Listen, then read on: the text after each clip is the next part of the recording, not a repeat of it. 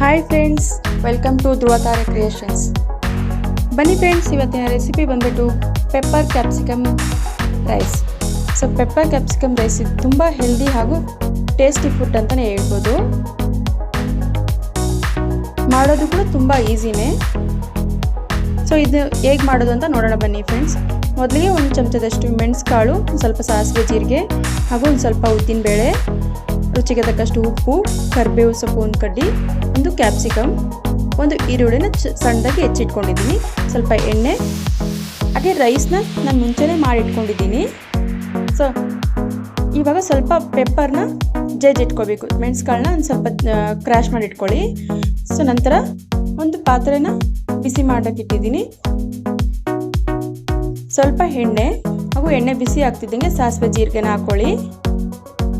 So ಸ್ವಲ್ಪ ಸಾಸಿವೆ ಸಿಡಿತಿದ್ದಂಗೆ ಉದ್ದಿನಬೇಳೆ ಹಾಕಿದ ನಂತರ ಒಂದು ಸ್ವಲ್ಪ ಸೌಟ್ ಆಡಿಸ್ಕೋಬೇಕು. ಒಂದು ಸ್ವಲ್ಪ ಕೆಂಪು ಕಲರ್ ಬರಬೇಕು ಅದು. ಸೊ ಇವಾಗ ಕರಿಬೇವು, ಅದ್ರ ಜೊತೆಗೆ ಈರುಳ್ಳಿನ ಸಣ್ಣದಾಗಿ ಹೆಚ್ಚಿಟ್ಕೊಂಡಿದ್ದೀನಿ. ಅದನ್ನು ಹಾಕ್ಕೊಂಡು ಒಂದು 2 ನಿಮಿಷ ಎಣ್ಣೆಲೆ ಸೌಟ್ ಆಡಿಸ್ಕೊಂತ ಬೇಯಿಸ್ಕೊಳ್ಬೇಕು. ಫ್ರೆಂಡ್ಸ್, ಇದು ಪೆಪ್ಪರ್ ರೈಸ್ ಬಂದ್ಬಿಟ್ಟು ತುಂಬ ಹೆಲ್ದಿ ರೆಸಿಪಿ ಅಂತಲೇ ಹೇಳ್ಬೋದು. ಸೊ ನಿಮ್ಗೆ ಹುಷಾರಿಲ್ಲ ಅಂದಾಗಿ ಈ ಥರದ್ದು ಮಾಡ್ಕೊಂಡು ತಿನ್ನೋಕ್ಕೆ ತುಂಬ ಚೆನ್ನಾಗಿರುತ್ತೆ, ಹಾಗೆ ಬಾಯಿಗೂ ಟೇಸ್ಟ್ ಬರುತ್ತೆ. ಸೊ ಇವಾಗ ಏನು ಅಂದರೆ ಕ್ಯಾಪ್ಸಿಕಮ್ನ ಸಣ್ಣದಾಗಿ ಹೆಚ್ಚಿಟ್ಕೊಬೇಕು. ಅದನ್ನು ಹಾಕ್ಕೊತಾ ಇದ್ದೀನಿ ಕ್ಯಾಪ್ಸಿಕಮ್ನ. ಸೊ ಕ್ಯಾಪ್ಸಿಕಮ್ನ ಸ್ವಲ್ಪ ಸಣ್ಣದಾಗೆ ಹೆಚ್ಚಿಟ್ಕೊಳ್ಳಿ, ಯಾಕೆಂದರೆ ದಪ್ಪ ಆದರೆ ಬೇಗ ಬೇಯಲ್ಲ. ಇವಾಗ ಸ್ವಲ್ಪ ರುಚಿಗೆ ತಕ್ಕಷ್ಟು ಉಪ್ಪು ಹಾಕ್ಕೊಳ್ಳಿ. ಉಪ್ಪು ಹಾಕ್ಕೊಂಡು ಸ್ವಲ್ಪ ಮಿಕ್ಸ್ ಮಾಡಿದಾದ್ಮೇಲೆ ನಾವೇನು ಪೆಪ್ಪರ್ನ ಜಜ್ಜಿ ಇಟ್ಕೊಂಡಿದ್ದೀವಲ್ವ, ಅದನ್ನು ಹಾಕ್ಕೊಂಡು 1 ನಿಮಿಷ ಎಣ್ಣೆಲೆ ಫ್ರೈ ಮಾಡ್ಕೊಳ್ಬೇಕು ಎಲ್ಲನೂ.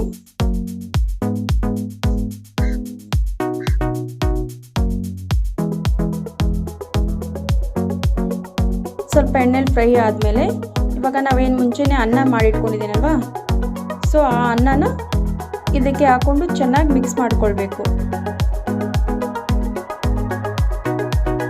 ಸೊ ರೈಸ್ನ ಮುಂಚೆನೇ ಮಾಡಿಟ್ಕೋಬೇಕು ಫ್ರೆಂಡ್ಸ್.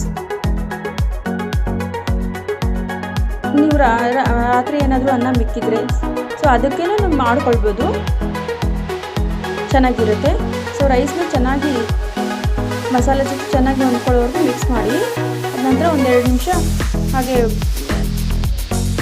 ಮೀಡಿಯಮ್ ಫ್ಲೇಮಲ್ಲೇ ಮಿಕ್ಸ್ ಮಾಡ್ಕೊಳ್ಳಿ. ಸ್ವಲ್ಪ ರೈಸನ್ನು ಬಿಸಿ ಆಗಬೇಕು, ಆವಾಗಲೇ ಫ್ಲೇವರ್ ಎಲ್ಲ ಹೊಂದ್ಕೊಳ್ಳುತ್ತೆ ರೈಸ್ಗೆ. ಸೊ ಈ ರೆಸಿಪಿ ಬಂದ್ಬಿಟ್ಟು ತುಂಬ ಟೇಸ್ಟಿಯಾಗೂ ಇರುತ್ತೆ, ಹಾಗೆ ನಿಮಗೆ ತುಂಬ ಹೆಲ್ದಿ ಫುಡ್ ಅಂತಲೂ ಹೇಳ್ಬೋದು. ಯಾಕಂದರೆ ಪೆಪ್ಪರ್ ಅದೆಲ್ಲ ಹಾಕಿರ್ತೀವಲ್ಲ, ಸೊ ನಿಮಗೆ ಹುಷಾರಿಲ್ಲದೆ ಬಾಯಿ ರುಚಿ ಎಲ್ಲ ಕೆಟ್ಟಿದ್ರೆ ಈ ಥರ ಮಾಡ್ಕೊಂಡು ತಿಂದರೆ ನಿಮ್ಗೆ ಬಾಯಿಗೂ ಟೇಸ್ಟ್ ಸಿಗುತ್ತೆ, ಹಾಗೆ ನಿಮಗೆ ಹೆಲ್ತ್ಗೂ ಒಳ್ಳೆಯದು, ಬೇಗನೂ ಮಾಡ್ಕೋಬೋದು ನಿಮಗೆ. ಸೊ ಈ ರೆಸಿಪಿ ನಿಮಗೆ ಇಷ್ಟ ಆಗಿದರೆ ನಮ್ಮ ಚಾನಲ್ನ ಸಬ್ಸ್ಕ್ರೈಬ್ ಮಾಡಿ, ಹಾಗೆ ಕಮೆಂಟ್ ಮಾಡಿ, ನಿಮ್ಮ ಫ್ರೆಂಡ್ಸ್ ಫ್ಯಾಮಿಲಿ ಜೊತೆ ಶೇರ್ ಮಾಡಿ. ಸೊ ಇಷ್ಟೊತ್ತಲ್ಲಿ ವಿಡಿಯೋನ ವಾಚ್ ಮಾಡೋದಕ್ಕೆ ತುಂಬ ಧನ್ಯವಾದ.